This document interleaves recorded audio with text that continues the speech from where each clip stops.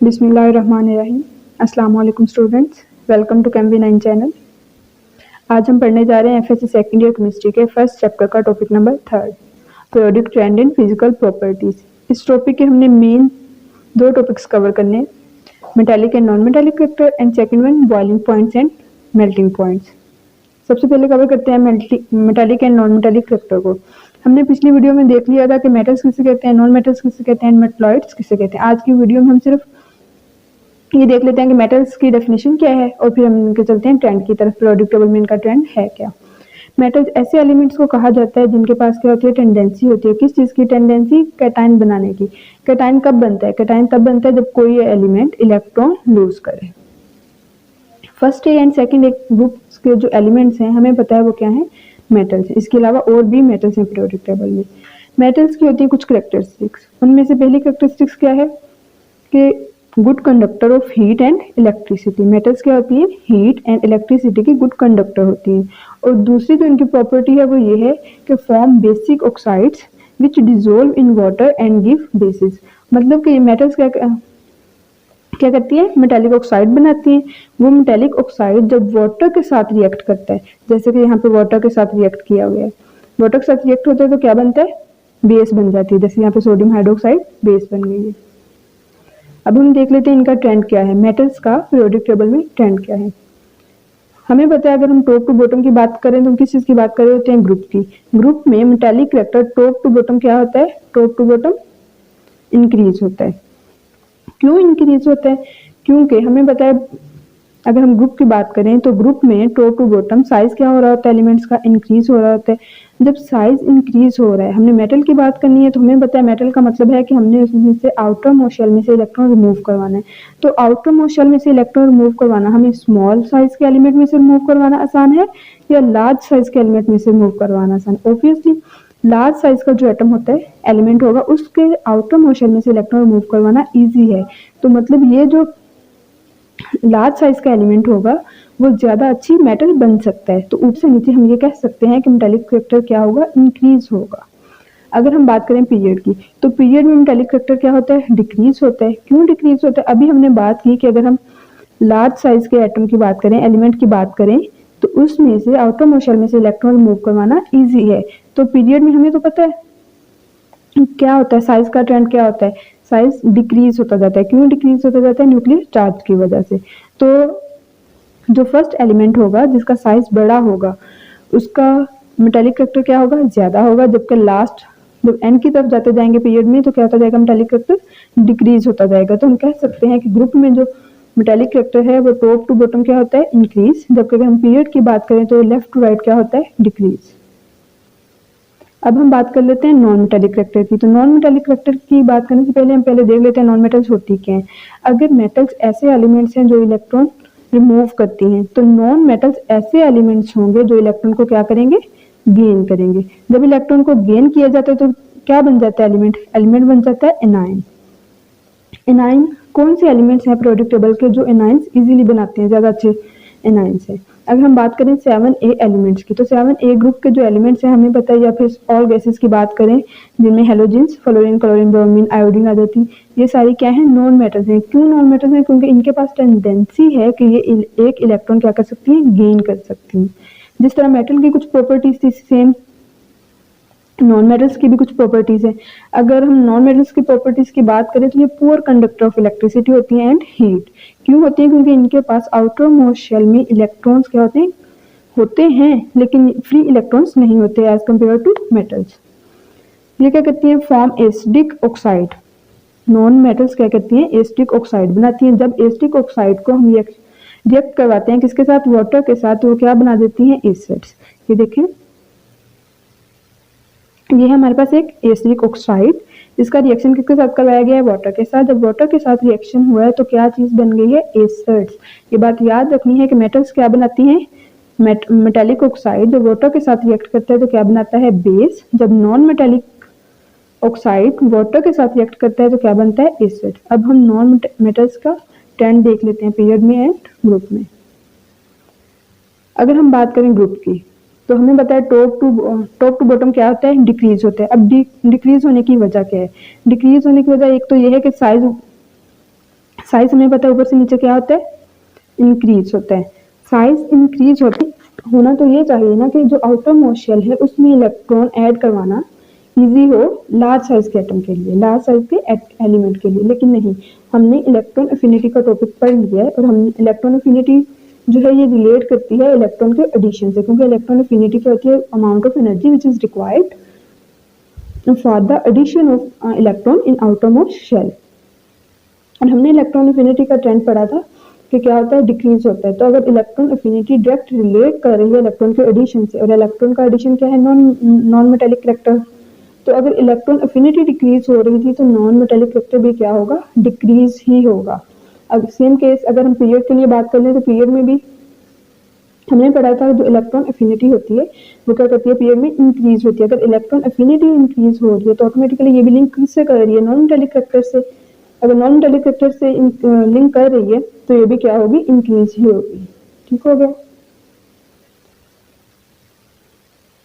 अगर हम बात करें 5th A and 6th A element जो नाइट्रोजन और ऑक्सीजन है, ये क्या है, प्योर नॉन मेटल्स है, प्योर नॉन मेटल्स मीन्स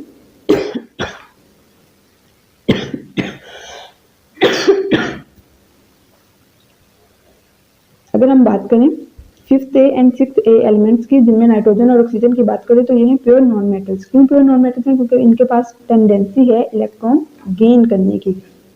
जबकि अगर हम इन्हीं ग्रुप्स के बॉटम एलिमेंट्स की बात करें जैसे बिस्मुथ की एंड पोलोनियम की, तो ये ऐसे एलिमेंट्स हैं जो इलेक्ट्रॉन लूज करना पसंद करते हैं। तो इन एलिमेंट्स की जो कैरेक्टर है वो नॉन मेटेलिक कैरेक्टर नहीं है, ये मेटेलिक एलिमेंट्स। अब हम चलते हैं दूसरे टॉपिक की तरफ। दूसरा टॉपिक है मेल्टिंग एंड बॉइलिंग पॉइंट्स। तो सबसे पहले ये बात कर लेते हैं कि मेल्टिंग एंड बॉइलिंग पॉइंट्स हमें बताते क्या हैं। मेल्टिंग एंड बॉइलिंग पॉइंट्स किसी एलिमेंट के हमें ये बताते हैं कि उस एलिमेंट के एटम्स या फिर उस एलिमेंट के मॉलिक्यूल्स कितनी मजबूती से एक दूसरे के साथ जुड़े हुए हैं, how strongly they are bounded with each other. Melting points क्या होते हैं, मेल्टिंग पॉइंट ऐसा टेम्परेचर होता है जिसपे कोई सॉलिड क्या कर जाए, मेल्ट कर जाए। अगर हम बॉइलिंग पॉइंट की बात करें तो बॉइलिंग पॉइंट कौन सा टेम्परेचर होता है, बॉइलिंग पॉइंट ऐसा टेम्परेचर होता है जिसपे वेपर प्रेशर ऑफ लिक्विड जिसको हम बॉइल कर रहे हैं is equal to atmospheric pressure. यानी जब हमारे पास vapour pressure of liquid equal हो जाए किसके, एटमॉस्फेरिक प्रेशर के, तो वो जो टेम्परेचर होगा उस टेम्परेचर को हम क्या कहते हैं, बॉइलिंग पॉइंट। अब हम देख लेते हैं मेल्टिंग एंड बॉइलिंग पॉइंट का पीरियोडिक टेबल में ट्रेंड। सबसे पहले हम बात करते हैं पीरियड की। तो पीरियड में सबसे पहले हम शॉर्ट पीरियड्स की बात कर लेते हैं, सेकंड एंड थर्ड पीरियड की। अगर सेकंड और थर्ड पीरियड में देखा जाए तो जो melting and boiling point trend है, मेल्टिंग एंड बॉइलिंग पॉइंट क्या होते हैं, इंक्रीज होते हैं। लेकिन ये सेम नहीं है कि पूरे पीरियड में ये इंक्रीज होते जाए। क्या होता है कि पीरियोडिक टेबल में सेकंड और थर्ड पीरियड में 1A से लेके 4th A तक मेल्टिंग एंड बॉइलिंग पॉइंट्स क्या होते हैं, इंक्रीज होते हैं। लेकिन 4th A से 8th A तक क्या हो जाते हैं, डिक्रीज होना शुरू हो जाते हैं। फर्स्ट A ग्रुप के जो एलिमेंट्स हैं उनका होता है मेल्टिंग एंड बॉइलिंग पॉइंट लो होने की रीजन क्या है, लो होने की रीजन ये है कि उनके आउटरमोस्ट शेल में होता है सिर्फ एक ही इलेक्ट्रॉन। जब एक ही इलेक्ट्रॉन है तो वो किसी दूसरे एलिमेंट के साथ बाउंडेड इतना स्ट्रांगली नहीं होंगे। जब इतना स्ट्रांगली बाउंडेड नहीं है तो हमें थोड़ी सी हीट पे क्या होगा, उन्होंने मेल्ट करवा लेंगे या बॉइल करवा लेंगे। जैसे जैसे मूव करेंगे पीरियड में तो हमारे पास number of electron outermost shell में क्या होते जाते हैं, इंक्रीज होते जाते हैं। जब number of electrons outermost shell में क्या होंगे, इंक्रीज होंगे, तो हमें ज्यादा हीट प्रोवाइड करना पड़ेगी उन्हें मेल्ट करवाने के लिए या उन्हें बॉइल करवाने के लिए। तो इट मीन्स कि अगर हम पीरियड में लेफ्ट राइट मूव करते हैं तो हमारे पास जो मेल्टिंग एंड बॉइलिंग पॉइंट्स है वो क्या होंगे, इंक्रीज ही होंगे। लेकिन तब तक इंक्रीज होंगे जब तक ऐसा एलिमेंट ना आ जाए जिसके पास मैक्सिमम नंबर ऑफ इलेक्ट्रॉन्स हो। कौन से वाले इलेक्ट्रॉन्स, वो वाले इलेक्ट्रॉन्स जो बाइंडिंग कर सके। जब हम पहुंच जाते हैं कार्बन पे, तो कार्बन एक ऐसा एलिमेंट है जिसके पास maximum number of binding electrons हैं। कार्बन के बाद जब हम आगे मूव करते हैं तो हमारे पास ऐसे एलिमेंट्स आते हैं जिनके पास बाइंडिंग इलेक्ट्रॉन्स जो है वो डिक्रीज होना शुरू हो जाते हैं। कार्बन की अगर हम बात करें तो कार्बन क्या है, ऐसे मॉलिक्यूल्स बनाता है जिनमें कोविलेंट स्ट्रक्चर जो होता है बहुत ज्यादा होता है, बड़े बड़े मॉलिक्यूल्स होते हैं। जैसे कि डायमंड में क्या होता है कि कार्बन टू कार्बन लिंक होता है, एक कार्बन एटम जो है वो 4 कार्बन एटम के साथ जुड़ा हुआ होता है। तो इसलिए डायमंड का जो मेल्टिंग पॉइंट है वो बहुत ज्यादा होता है। जहाँ से आपको बात समझ आ गई होगी कि 1A से जब हम 4th A तक जाते हैं तो क्यों melting and boiling point increase होते हैं, और 4th A से जब हम 8th A की तरफ जाते हैं तो क्यों melting and boiling points decrease होना स्टार्ट हो जाते हैं। डिक्रीज होना क्यों स्टार्ट हो जाते हैं, क्योंकि यहाँ से जब हम आगे मूव करते हैं तो बाइंडिंग इलेक्ट्रॉन्स क्या होते हैं, वो कम होना शुरू हो जाते हैं। मीन्स के कार्बन के बाद जो नेक्स्ट एलिमेंट होगा उसके पास क्या होंगे, बाइंडिंग इलेक्ट्रॉन्स कम होंगे। उसके बाद उससे जो नेक्स्ट एलिमेंट आएगा उसके पास बाइंडिंग इलेक्ट्रॉन्स और कम होंगे। और बॉइलिंग एंड मेल्टिंग प्रॉपर्टीज जो है ये किस चीज पे डिपेंड करती हैं कि कोई एलिमेंट कितना स्ट्रांगली किसी दूसरे एलिमेंट के साथ बाउंडेड है। कार्बन के बाद जो नेक्स्ट एलिमेंट आता है वो है नाइट्रोजन, फिर हमारे पास ऑक्सीजन आता है, फिर हमारे पास फ्लोरीन आता है। ये वाले 3 एलिमेंट क्यों यहाँ पे कैरेक्टर डिक्रीज क्यों होता है, एक रीजन ये है कि ये स्मॉल कोवेलेंट मॉलिक्यूल्स बनाते हैं, स्मॉल कोवेलेंट मॉलिक्यूल्स बनाते हैं। एग्जिस्ट एज इंडिविजुअल मॉलिक्यूल्स, जैसे कि कार्बन जो है कार्बन कार्बन के साथ लिंक तो करता है लेकिन ये बहुत बड़े बड़े मॉलिक्यूल्स बनाता है। जबकि अगर हम नाइट्रोजन और ऑक्सीजन फ्लोरीन की बात करें तो N2 O2 और F2 ये बहुत छोटे छोटे मॉलिक्यूल्स बनाते हैं। Exist as individual molecules. और दूसरी बात ये भी है कि इनमें वीक इंटरमोलिकुलर फोर्सेस होते हैं। तो जब इनमें इंटरमोलिकुलर फोर्सेस ही वीक हैं तो इन्हें तोड़ना आसान है, तोड़ना आसान है तो इट मीन्स कि ये इजीली मेल्ट हो जाएंगे, थोड़े ही टेम्परेचर पे मेल्ट हो जाएंगे, थोड़े ही टेम्परेचर पे क्या हो जाएंगे, बॉयल भी हो जाएंगे। तो इसलिए कार्बन के बाद ये वाले जो एलिमेंट्स हैं इनका क्या होता है, मेल्टिंग एंड बॉइलिंग पॉइंट क्या होना शुरू हो जाता है, डिक्रीज होना शुरू हो जाता है। अब हम बात कर लेते हैं ग्रुप में। तो ग्रुप में अगर हम 1A और 2A ग्रुप के एलिमेंट्स की बात करें तो हमारे पास कैरेक्टर क्या होता है, डिक्रीज होता है। अब देखते हैं कि डिक्रीज होने की वजह क्या है, मेल्टिंग एंड बॉइलिंग पॉइंट्स क्यों डिक्रीज हो रहे हैं। Melting and boiling point decrease होने की एक वजह यह है कि हमें पता है ग्रुप में जब ऊपर से नीचे हम मूव करते हैं तो साइज क्या होता है, इंक्रीज होता जाता है। इन साइज में जब इंक्रीज होता है तो शील्डिंग इफेक्ट इंक्रीज होता है। अब बात आती है कि शील्डिंग इफेक्ट है क्या। शील्डिंग इफेक्ट हमने लास्ट वीडियो में भी पढ़ा था।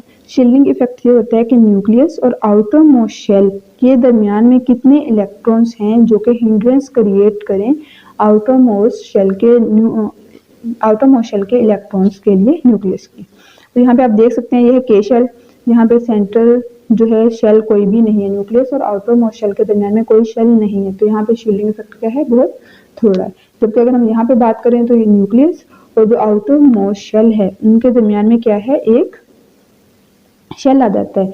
उस शेल के जो इलेक्ट्रॉन हैं वो क्या करते हैं, वो शील्डिंग इफेक्ट क्रिएट करते हैं।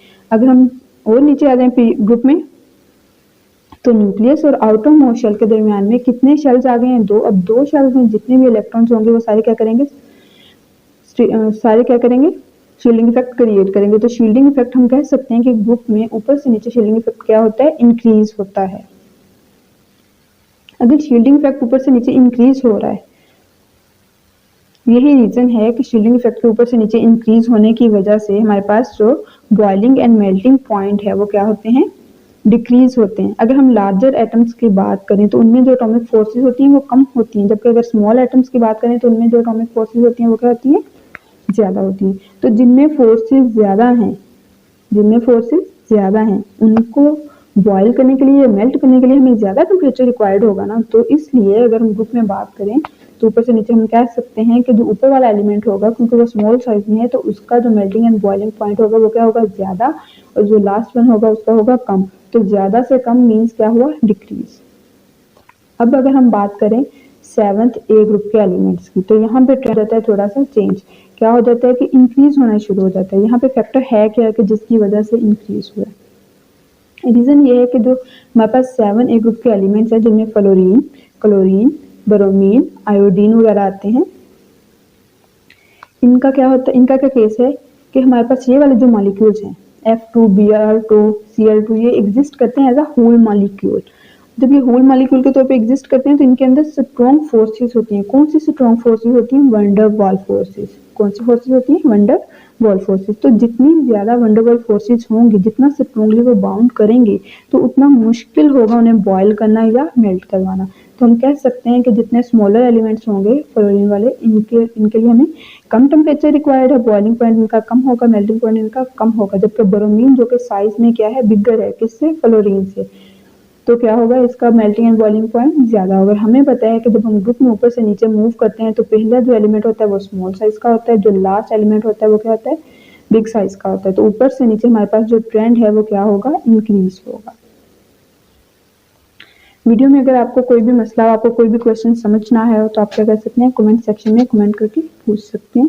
वीडियो पसंद आई हो तो लाइक करें, शेयर करें, चैनल को सब्सक्राइब करना ना भूलिए। Thank you. अल्लाह हाफिज़।